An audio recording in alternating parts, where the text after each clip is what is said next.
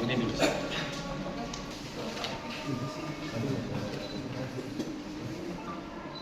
Ya.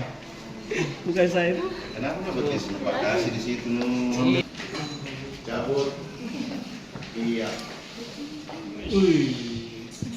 Ini barang siapa nih? Ini milik tersangka nih. Itu yang dia pakai melukai korban. Iya. Itu. Jadi ini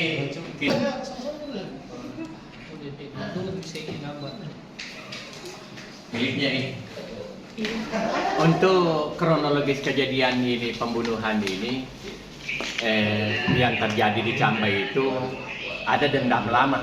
Jadi orang bertetangga, kemudian seringkali melakukan pertengkaran, kemudian memuncak pada tanggal 12. Jadi ini anaknya MI ini keluar rumah, kemudian dia meludah pas di depan rumahnya J.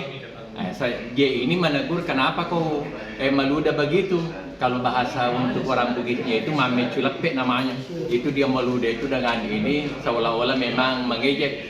Ini J ini keluar kemudian mengata-ngatai atau mengumpat kemudian ini kepada MS. Setelah itu dia lapor suaminya bahwasanya itu anaknya ini mengejek-ejek kita kemudian apa segala macam, langsung panaslah ini. Dia ambil parangnya, dia datangi M di rumahnya karena memang jarak rumahnya itu kurang lebih 50 meter saja. Namun pada saat dia datang pertama itu tidak menemukan saksi korban M. Kemudian datang beberapa saat berikutnya dia datang lagi, bertemulah ini dengan M. Kemudian dilakukanlah pemarangan terhadap. Ada berapa korban Pak dalam kejadian itu Pak? Ada dua. Dua itu meninggal dunia Pak? Iya, meninggal dunia satu. Kemudian ini tadi perempuan ini korban juga. Korbannya si A, kemudian A di korban oleh I. Yang korban ini Pak masing-masing yang perempuan Pak atau laki-laki? Ada perempuan saksi korban yang pertama, kemudian ada korban berikutnya yang inisial A. Suami istri Yang tewas. Tidak, hubungan betul ada hubungan keluarga ini. Ada hubungan keluarga M itu dengan si A tadi korban ini.